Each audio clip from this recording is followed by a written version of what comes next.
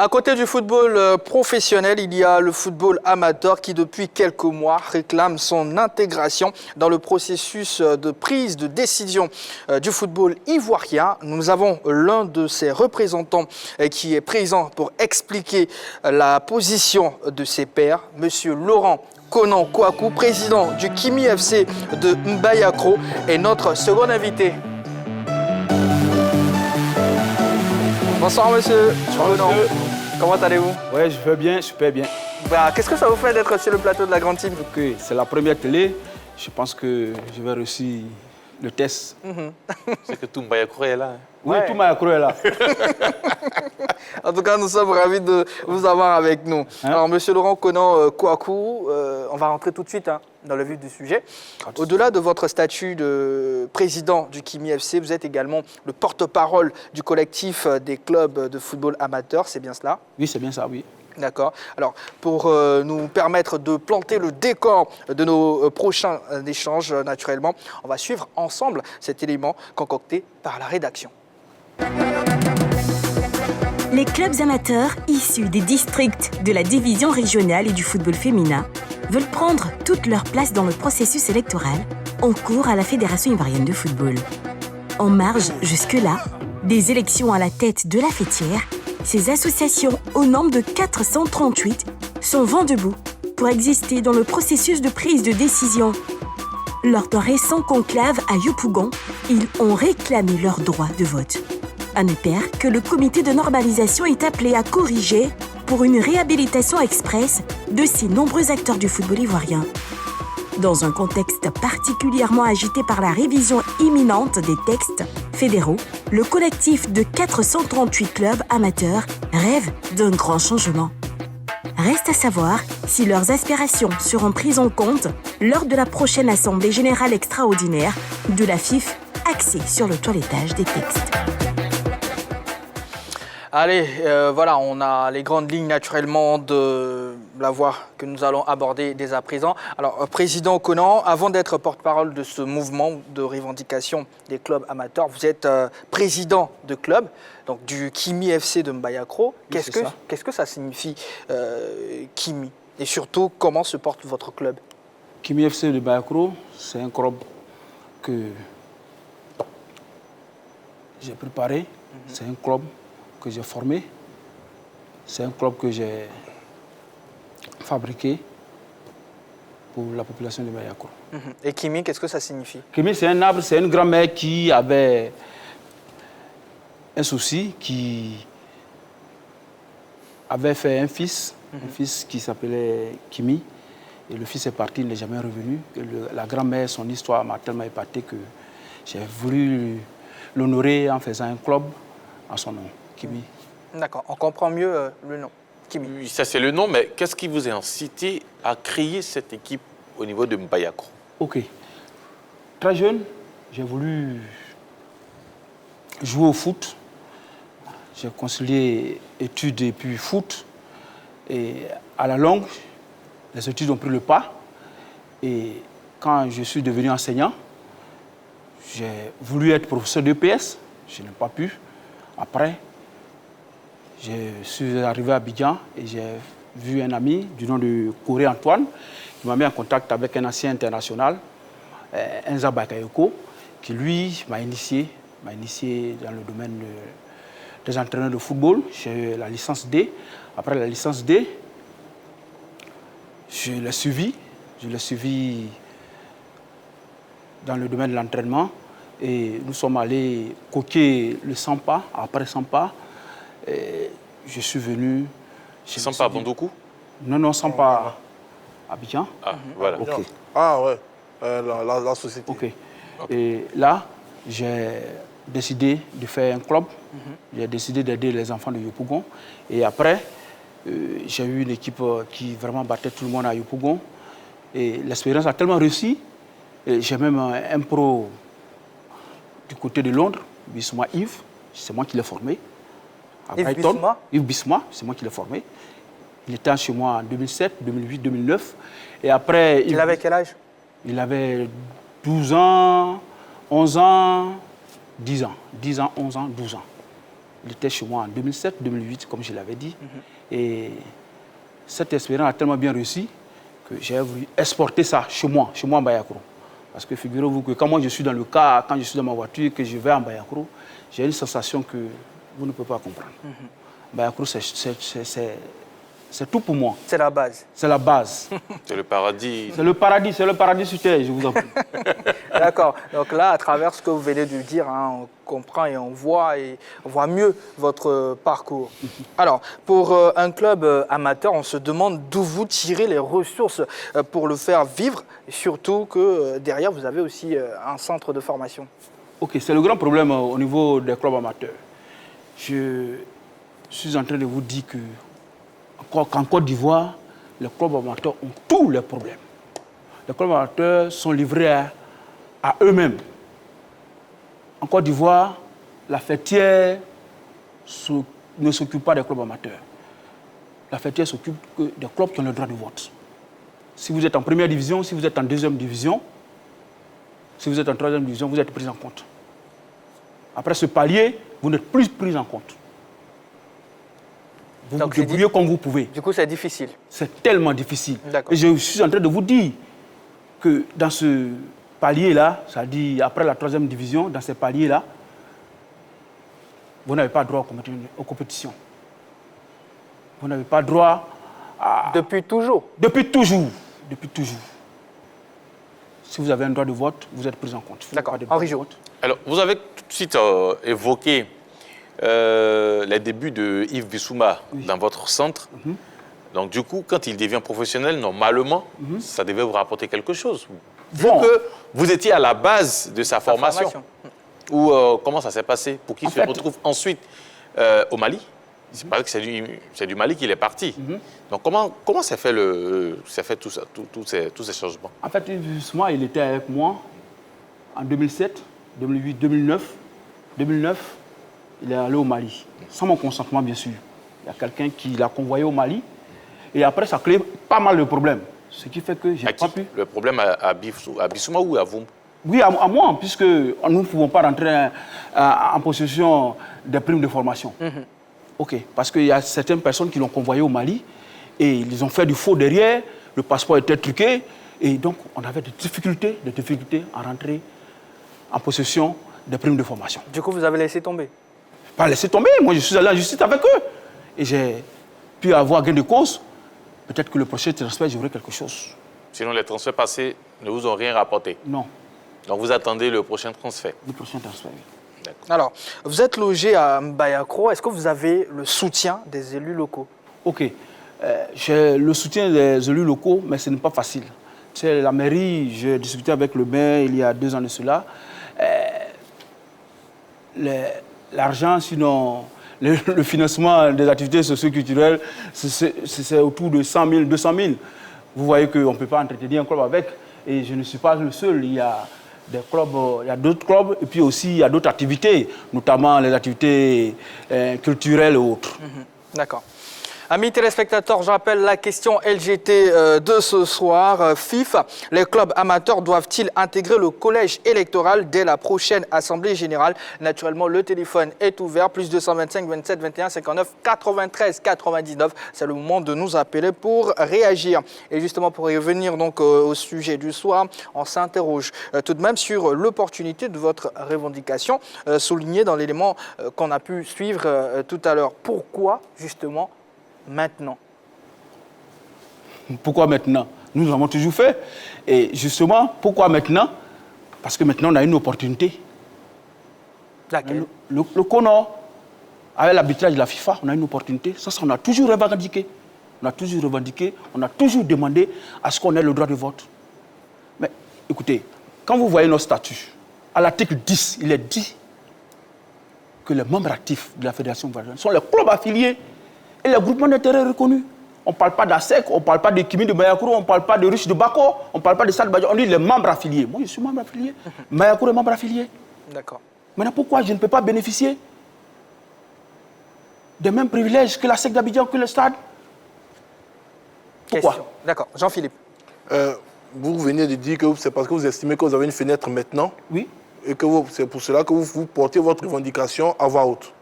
Ok. Vous l'avez toujours fait. Moi, la question qui me vient directement à l'esprit, est-ce qu'auparavant, avant l'arrivée du comité de normalisation, vous avez saisi par courrier la FIFA à diverses reprises pour leur demander un arbitrage concernant vos revendications? Ok. Les discussions sont arrivées en 2012. En 2012 déjà, il y avait Kimi Football Club de Mayako. J'étais avec mon ami Traoré Suleiman, de Riche de Bako. Nous sommes allés rencontrer le président de la Ligue amateur, Deouli. On lui a dit que nous sommes vraiment actifs et que nous avons des droits et que nous avons exercé ces droits. On a des droits, on ne peut pas différer ces droits, nous avons des droits. Donc on est allé voir le président. Il nous a dit qu'il n'y a pas d'argent pour qu'on puisse jouer. On a discuté. Et après plusieurs discussions, ils se sont dit, sinon la FIF, le bureau de culture a dit qu'il n'avait pas d'argent pour nous faire jouer. Ce qui est notre droit. Parce que la Fédération ivoirienne de football, à l'article 20, dit que les membres actifs ont le droit de participer à des compétitions. Si nous avons le droit de participer à des compétitions, est-ce qu'on a besoin de payer? La Ligue amateur nous a fait payer 160 000 francs. En son temps, je suis allé rendre compte, puisque moi je suis porte-parole des mouvements, je suis allé rendre compte à mes pères. Je leur ai dit qu'on nous propose de payer pour jouer. Puisque nous ne jouons pas depuis 4 ans, certaines personnes ont payé. Mais moi, je n'ai pas payé pour jouer. Mais comme c'était la majorité, moi j'ai accédé à leur requête. Et donc, on a joué la première phase. Quand on a fini de jouer la première phase, on devait faire le point, le bilan. La FIF n'a pas voulu faire le bilan. Et certains clubs sont venus payer encore. Et cette fois-ci, ce n'est même plus 160 000, c'est devenu 200 000 pour jouer. Voyez-vous, au niveau de la FIF, les gens font des choses graves. Nos droits, on a le droit de participer à l'Assemblée générale. On a le droit de participer à l'Assemblée générale. Et l'Assemblée générale, on a le droit d'y participer et d'y exercer notre droit de vote. On ne nous convie pas à l'AG. Non seulement on ne nous convie pas à l'AG, et on ne joue pas. On ne joue pas. Les districts, ça fait 3 ans qu'on ne joue pas. Les centres de formation, depuis 2007, je vous dis. Donc vous êtes laissé pour compte. On est laissé pour compte. Et je suis en train de vous dire que à la FIF, je ne sais pas, ils ont leur raison, mais ils font des simulacres. Je ne sais pas pour justifier quoi, de compétition de jeunes. Et je suis en train de vous dire quelque chose de très grave. Les enfants, les mômes des centres de formation paient 10 000 francs la licence. 10 000. Pendant que la SEC paye 1 000 francs. Je dis la SEC parce que c'est le pour avoir une licence. Oui, pour avoir une licence, les enfants paient 10 000. La SEC paye 1 000 francs. Figurez-vous. Les gens ont mis à terre la formation de football.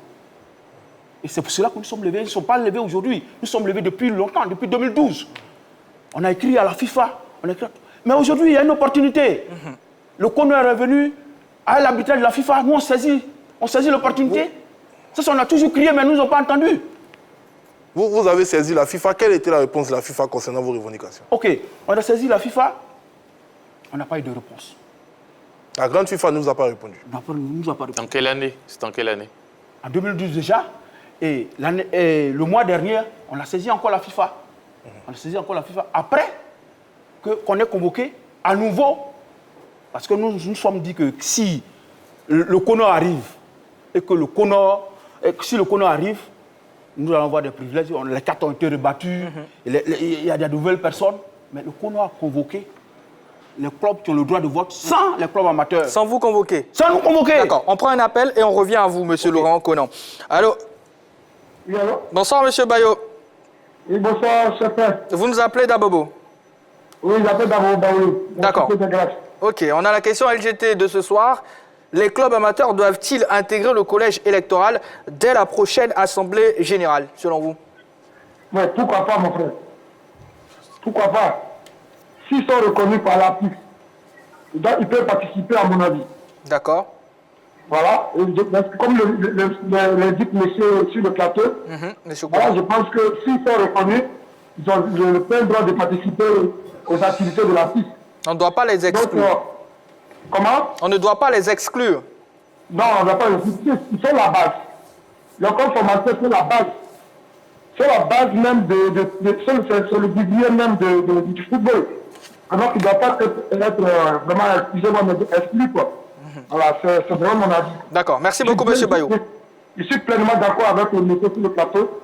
Voilà, ce qu'il explique, c'est très pertinent. D'accord. Merci beaucoup, M. Bayo. Ce sont les grands perdants de ce système-là. Merci beaucoup, M. Bayo. Merci On a beaucoup. noté votre avis. Alors, vous êtes contre l'article 32. Henri Jauge, vous allez poser votre question. Des statuts de la FIFA qui offrent donc le droit de vote aux clubs de Ligue 1, Ligue 2, D3 et aux 5 groupements d'intérêt du football. Vous expliquez votre position. Henri Jauge, la question.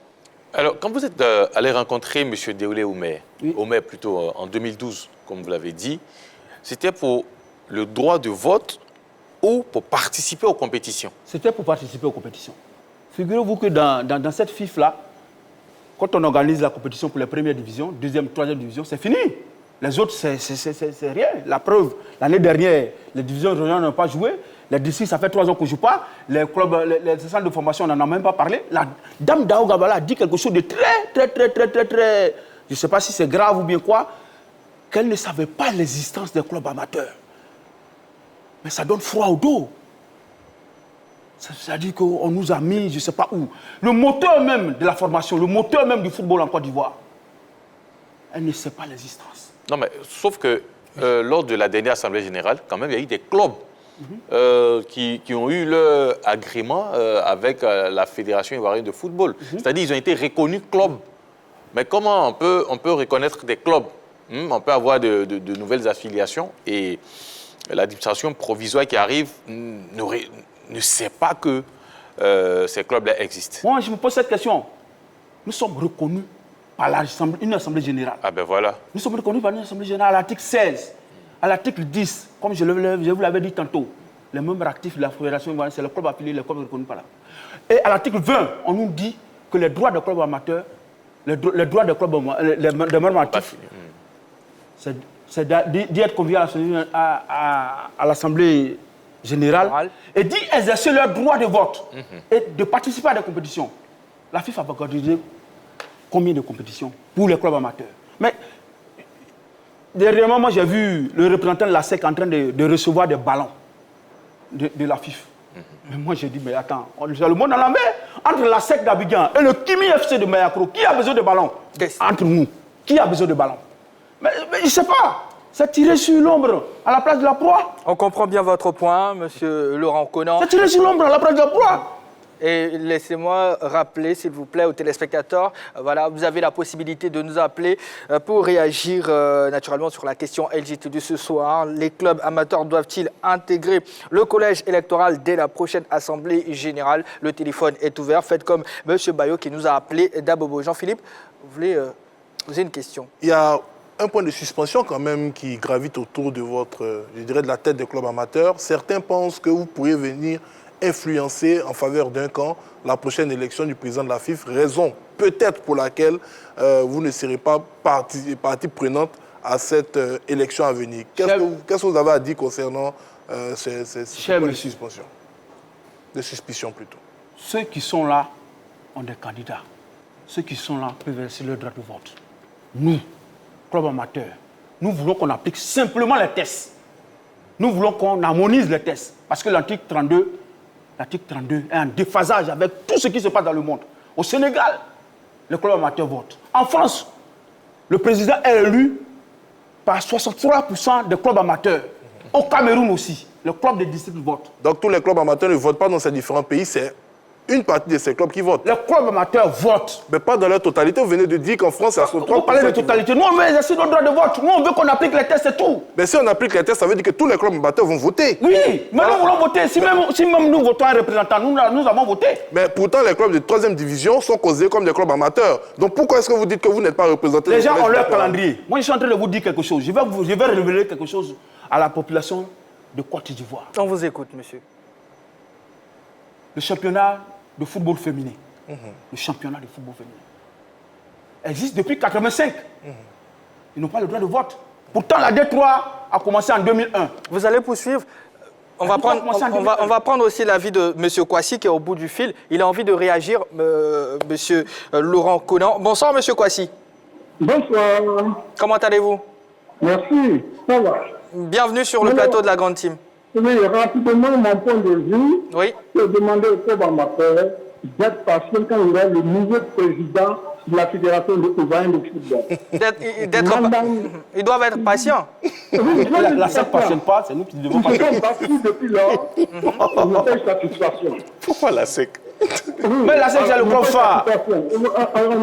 On peut C'est le club de référence. parce que vous êtes patient. La dame est venue pour une mission d'une durée de pratiquement 1 an. On l'a aidée. Elle va gérer les éléments les plus précieux. Et puis, quand il voit le nouveau président, il pose le problème. Mais apparemment, ça dure depuis. Hein. Oui, il a dit depuis le président étaient là, mais n'ont jamais eu satisfaction, comme ils le disent eux-mêmes. Or, la dame est là pour une période donnée. Elle est là pour une période donnée pour régler les problèmes urgents. Les problèmes urgents. Mais les problèmes de l'Afrique ne sont pas réglés, mais ces problèmes ne sont pas réglés. Donc, je reste patient, je suis d'accord avec eux, d'être vraiment patient. Quand je vois le nouveau président qui sera investi de tous les pouvoirs, tout particulièrement poser des problèmes. D'accord. Voilà, mais si la pauvre dame liquider les choses rapidement, pourtant on a le problème de l'Afrique, mais qui n'est même pas réglé. Peut-être aussi que c'est le moment opportun. Avec l'arbitrage de la FIFA, bien sûr. Merci beaucoup, M. Kwasi. Qui ne vous répond pas depuis, bien évidemment. Merci beaucoup, M. Kwasi. Alors, M. Laurent Conan, on a le point de M. Kwasi qui nous a appelé des deux plateaux. Il est d'accord avec vous, mais il vous demande de patienter. Alors qu'à l'instant, vous évoquez bien sûr le problème du football féminin aussi, qui existe depuis longtemps, mais qui n'a pas le droit de voter. Oui, en 85, le championnat du football féminin a commencé en 85. Ils n'ont pas le droit de vote. La D3 commence en 2001, ils ont le droit de vote. Donc ceux qui décident des choses à la FIFA, ils ont leur calendrier. Ils ont leur calendrier, ils savent. Mais écoutez, 76 clubs ont le droit de vote et dominent 514, je vous dis 514 membres actifs. C'est des équipes. C'est-à-dire, je ne sais pas. Monsieur Laurent Conan, Oui. vous évoquez un chiffre qui est quand même révélateur. 514. 76 clubs Oui. participent au vote. Oui. Mais faites la répartition. On a 38 clubs professionnels répartis en Ligue 1 et Ligue 2. Et on a 38 clubs amateurs en Ligue 3. 38 plus 38, ça fait 76. Ne pensez-vous pas qu'il y a une équité entre le monde professionnel et le monde amateur au niveau de ce collège électoral? Vous parlez d'élargissement du collège électoral. Si on l'élargit suivant votre volonté, le monde amateur sera supérieur au monde professionnel. Est-ce que vous ne pensez pas que le monde professionnel va se sentir un peu, je dirais, en minorité et délaissé dans le choix du futur président de la Fédération ivoirienne de football? Ce n'est même pas une nouvelle création. Je vous ai dit tantôt qu'en France, 63% des électeurs sont du monde amateur. Mais la France est championne du monde. Et je vais vous dire quelque chose de très grave. Quand on se qualifie pour la Coupe du Monde, il y a des ristournes qu'on verse au club, pour la formation surtout. Mais c'est les clubs qui ont le droit de vote qui ont ça. La France, quand elle a remporté la Coupe du Monde, il y a eu des ristournes. Ça a été versé à 11 216 clubs. 11 216 clubs. Il n'y a seulement que 18 clubs en première division, 20 clubs, pardon, En Ligue 1 française. En Ligue 1 française. Ce n'est pas la 18 clubs. J'ai dit 11 293.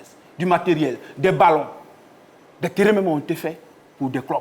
Mais chez nous ici, on a donné à ceux qui ont le droit de vote. Ceux qui font comme ça, ils ont leur calendrier, ne les accompagnez pas dedans. Quand le moteur du football en Côte d'Ivoire, c'est-à-dire la formation, est en panne, vous voulez quoi? Aujourd'hui, nous sommes en train de parler des arts, nous sommes en train de faire. Mais notre football n'est pas compétitif. Donc, si le football est tourné vers l'extérieur, les binationaux vont faire ce qu'ils veulent. Est-ce que Salah peut faire ça en Égypte? Parce que le football égyptien est compétitif. Le football égyptien est compétitif. Ils ont un championnat qui tient, qui peut tenir la dernière haute au club européen. Aujourd'hui, notre championnat ne vaut rien. Parce que la formation est foulée aux pieds. Mais quand même, le club professionnel n'a pas mis ses clubs, il y a d'autres qui ont des centres de formation. Ils sont combien? Ils font la formation. Ils sont combien? Ils sont combien? Il y a le Racing, il y a la SEC, il y a le FC San Pedro. Oui, Racing, la SEC, San Pedro, cite-moi d'autres clubs. Il y a le Stella. Il y a le Stella, il y a Ivoire Academy. Ben voilà, quand même, il y a... Ivoire Academy n'est pas en première division. J'ai dit, j'ai cité les clubs de première division qui ont des salles de formation. Je vais vous dire quelque chose. Les gens ont fabriqué, sinon ceux qui sont là, si j'étais là, ont fabriqué quelque chose. Ils ont parlé de football de jeunes, football élite. Bien sûr. Pas ceux qui jouent le championnat de football élite. C'est les seuls de Yopougon d'Abobo. Mais Ils n'ont pas de centre de formation. Ils sont adossés. Oui, à ça ces doit clubs. au centre de formation de Pougon. Ils sont au centre de formation de Mayakro, de Boisflé Haute. Maintenant, pourquoi vous, à votre niveau, vous acceptez de vous adosser à des clubs pour participer à des compétitions organisées par la fédération? Mais nous ne jouons pas depuis 2007. Donc vous êtes obligé de passer par ce canal. Non, mais on est obligé de jouer. Certaines personnes sont obligées de jouer. Je vous ai dit que le club de district paie 200 000 francs pour pouvoir jouer. Et quel championnat? Le record au monde. 3 matchs, 3 journées. Et c'est On paie fini. 200 000 francs pour jouer 3 journées. Ça, c'est en Côte d'Ivoire, ça. Et c'est fini. Et à la fin, Et c'est fini. et à la fin, c'est À quoi? la fin, c'est rien, c'est zéro. Je suis en train de vous dire que le football est mort en Côte d'Ivoire. Je l'avais dit Toto sur le plateau d'Aisne. Je suis en train de faire la... C'est grave, ça. Non, ne Oui, le faites pas. Ne faites pas. Est-ce que vous avez rencontré la présidente du comité de normalisation, le CNFIF, Madame Mariam Daougabala? Il y a 2 entités. Sinon, il y a plusieurs entités. Il y a lui c'est Fassi, de mon ami Constant Roux, l'union des clubs de formation de football. Ils ont rencontré Mme Daougabala. Mais nous, puisque nous avons vu que l'article 32 faisait défaut, l'article 32 n'était pas en harmonie avec nos tests, nous avons demandé à rencontrer Mme Daougabala, on n'a pas pu. Pourquoi? Je ne sais pas. Qu'est-ce qu'on vous a dit? On a écrit. On a écrit à plusieurs reprises. Quand il y a eu l'argent, sinon le fonds de l'impact Covid, nous avons écrit pour dire que tout le monde devait recevoir. Mais il y a des choses qui se font, il y a des choses extraordinaires qui se font dans ce pays. Attends, l'impact Covid, qui n'a pas subi le Covid? Et c'est les clubs qui ont le droit de vote qui ont l'impact Covid. C'est le club qui a le droit de vote. Mais comment qui vous ont les l'avez risques subi? de la qualification du mondial. Vous l'avez subi puisqu'il n'y avait pas de compétition à votre niveau? Vous l'avez subi comment? Mais il n'y avait pas de compétition. Il n'y avait pas de compétition. Puisque dans le passé, il Mais- n'y avait pas de Dans tous compétition. les clubs ont des charges. Comme dans les centres de formation, dans les clubs amateurs, il n'y a rien pour nous. Nous sommes organisés. Il y a l'union des centres de formation, l'union des écoles de football d'Abobo. UEFA. Il y a l'union des centres de formation de Pour essayer de Foucault. faire bouger les choses. Et il y a l'aéroport de Port-Boué. Et on s'est organisé pour pouvoir jouer. D'accord. On va prendre l'appel de M. Kaloubi. L'appel nous vient de Yamoussoukro. Bonsoir, M. Kaloubi.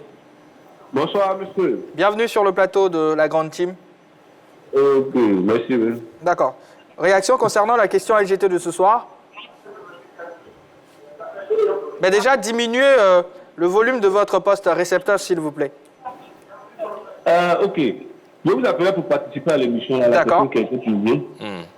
Bon, selon moi, effectivement, le club amateur doit participer au concours électoral parce que je pense que c'est la formation, c'est la relève. Voilà, on peut pas les mettre à marge de cette nouvelle, je peux appeler ça cette nouvelle flambée du football ivoirien. Parce qu'aujourd'hui, on parle de formation. Comme le monsieur l'a si bien dit, il y a combien de clubs de première division qui sont des formations? Or, on parle aujourd'hui de la relève, de la formation. Or, la plupart des clubs amateurs sont des clubs de formation. Donc, moi, je pense que nous devons nous pencher sur ce truc-là et puis bon, essayer de voir comment est-ce qu'on peut les aider. Parce que le monsieur, je pourrais dire, c'est des larmes qui peuvent couler comme ça. Parce qu'il dit vraiment avec le cœur ce qui se passe. Voilà. C'est Moi, ça. je pense qu'il a soutenu et puis bon, il doit participer. Comme ça, on pourra. Parce qu'on ne peut pas se limiter seulement aux joueurs. On doit aller à la source. Voilà. Et les clubs amateurs sont un peu représentés partout en Côte d'Ivoire. D'accord. Les clubs de première division sont présents principalement à Abidjan. Mais les clubs amateurs sont un peu partout. Dans Chokro, Daoua, Daoukro, il y a la formation, il y a des pépites qu'il faut faire sortir. C'est compris, M. Kaloubi. Merci beaucoup pour votre appel. Je rappelle que vous avez la possibilité de réagir sur le sujet de ce soir. Les clubs amateurs doivent-ils intégrer le collège électoral dès la prochaine Assemblée générale? C'est la question LGT de ce soir et vous avez encore un peu de temps pour nous appeler, pour naturellement réagir sur le sujet. Alors, M. Laurent Conan, pensez-vous sincèrement qu'il est possible aujourd'hui, à l'heure actuelle, de vous intégrer au processus électoral? Mais je ne pense même pas. On doit nous intégrer. Pensez-vous qu'on devrait vous intégrer? Mais depuis longtemps, depuis des années, depuis 1985, on devrait intégrer le football féminin. Depuis 2012, on devait intégrer les districts. Ceux qui ne l'ont pas fait, ils ont leur calendrier, leur agenda. Mais attends, on veut discuter à l'Assemblée générale. On veut discuter à l'Assemblée générale des problèmes du football amateur et ceux-là sont exclus. Le problème de développement du football et le football amateur exclu. Mais on va aller où avec? Attends, aujourd'hui on veut discuter des problèmes de la radio et les journalistes sont exclus. On parle de quoi? On parle de quoi? Aidez-moi, moi je ne sais pas. Mais ça dure, et moi j'ai la question, pourquoi on ne vous a jamais permis, je ne sais pas. Mais demandez à ceux qui sont passés, ils viennent souvent sur vos plateaux, demandez-leur hein, pourquoi est-ce qu'ils n'ont pas intégré les clubs amateurs, demandez-leur, ils vont vous répondre. Monsieur Konan, vous insistez avec le terme absence de club amateur. Mais il y a les clubs de Détroit qui sont les clubs amateurs. Pourquoi vous ne les considérez pas comme vos Les clubs de représentants? Détroit ne constituent pas Ne constituent pas quoi? les seuls clubs amateurs. Je suis d'accord avec vous, mais ce sont des clubs amateurs. Donc Oui, vous mais êtes ils sont représentés- combien? Vous l'avez dit combien? Ils sont 38. 38. Oui, 38 clubs Mais je professionnels. vous dis, il y a 438. En plus de 38, il y a 438 qui sont exclus. 438 à côté de 38, vous parlez de quoi? Mais c'est parce qu'il y a un des chanteurs qui était choisi pour qu'on a participé au vote. Dans quel laboratoire? Je vais vous demander dans quel Vous avez laboratoire? parlé de l'article 32. L'article 32 fait partie des statuts Oui, de la Fédération l'article de 32. football. L'article 32, en 60, je vais vous faire remarquer qu'en 60, il n'y avait que le club de première division avec Kofi Gado. Le 7 avril 60 a été créée la Fédération ivoirienne de football. Il n'y avait que le club de première division. Après, il y a eu le 2-2, après, il y a eu le 2-3. Ça veut dire que c'est des articles qui sont appelés à évoluer. Je suis d'accord Pourquoi avec depuis vous. 20 ans, depuis 2001, à l'introduction de la D3, rien n'est fait? Ceux-là, ils ont leur calendrier. Maintenant, vous avez touché Oui. des organisations supranationales comme la FIFA qui ne vous répondent pas. Vous essayez de voir le comité de normalisation, vous n'avez pas de réponse. La FIFA va vous êtes nous allé voir M. Deolé Oumer pour parler de votre problème de manque de compétition. Oui. Nous supposons que vous êtes allé également parler de votre droit de vote. Oui. Quand vous avez évoqué votre droit de vote avec le bureau, le comité exécutif sortant, quelle réponse vous a été donnée quant à l'absence donc du gros contingent que vous défendez ici pour participer à cette élection de la Fédération? Je vous fais remarquer qu'ils ne nous donnent pas de réponse. On vous dit d'attendre. Et on attend. Pas qu'on ne... Vous avez envoyé des courriers formels. On a envoyé des courriers formels. Et vous n'avez pas eu de réponse On n'a formelle. pas de réponse. Moi, je suis venu sans document, sans ça, j'allais vous donner le numéro de ces courriers. Je peux vous amener ça demain. On a tout le temps écrit. Mais figurez-vous que vous pouvez vous entraîner 3 ans, membre actif de la Fédération ivoirienne de football. Vous avez des droits de compétir. Vous avez des droits. Comme membre actif, vous avez des droits pour compétir. Mais vous pouvez vous entraîner 3 ans, 4 ans sans jouer. Et quand on veut vous faire jouer, vous payez 200 000 francs. Et ces 200 000 francs, c'est pour 3 matchs. De qui se moque-t-on? Mais ils n'ont rien à faire avec nous. Ils ne sont pas là pour le football, je suis en train de vous dire. En cas de non-réponse de ces différents interlocuteurs, est-ce que vous pensez aller au-delà, aller au TAS par exemple, pour porter vos revendications? Nous faisons confiance au CONOR. Nous faisons confiance au CONOR. Mais le CONOR, Qui ne vous a pas encore reçu. Oui, justement, mais le CONOR va nous répondre. À l'habitat de la FIFA, nous faisons confiance au CONOR. Mais si les tests reviennent de la FIFA et que nous ne sommes pas pris en compte, nous allons camper, je dis camper devant la FIFA pour qu'on soit pris en compte. Nous allons camper. On a commencé par une conférence de presse. Aujourd'hui, je suis sur votre plateau. Ça, c'est la deuxième action. La troisième action, on va vous informer. Vous allez camper. Alors, Monsieur Laurent Konan, le problème est profond, en tout cas, on voit un tout petit peu.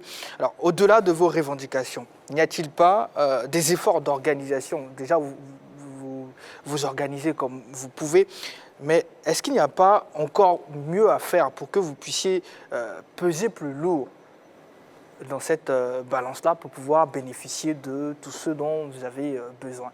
Je vous dis qu'aujourd'hui, les clubs amateurs, les centres de formation ont du mérite. On nous a laissés. C'est-à-dire, on nous a abandonnés. La fêtière nous a abandonnés. On s'est organisé.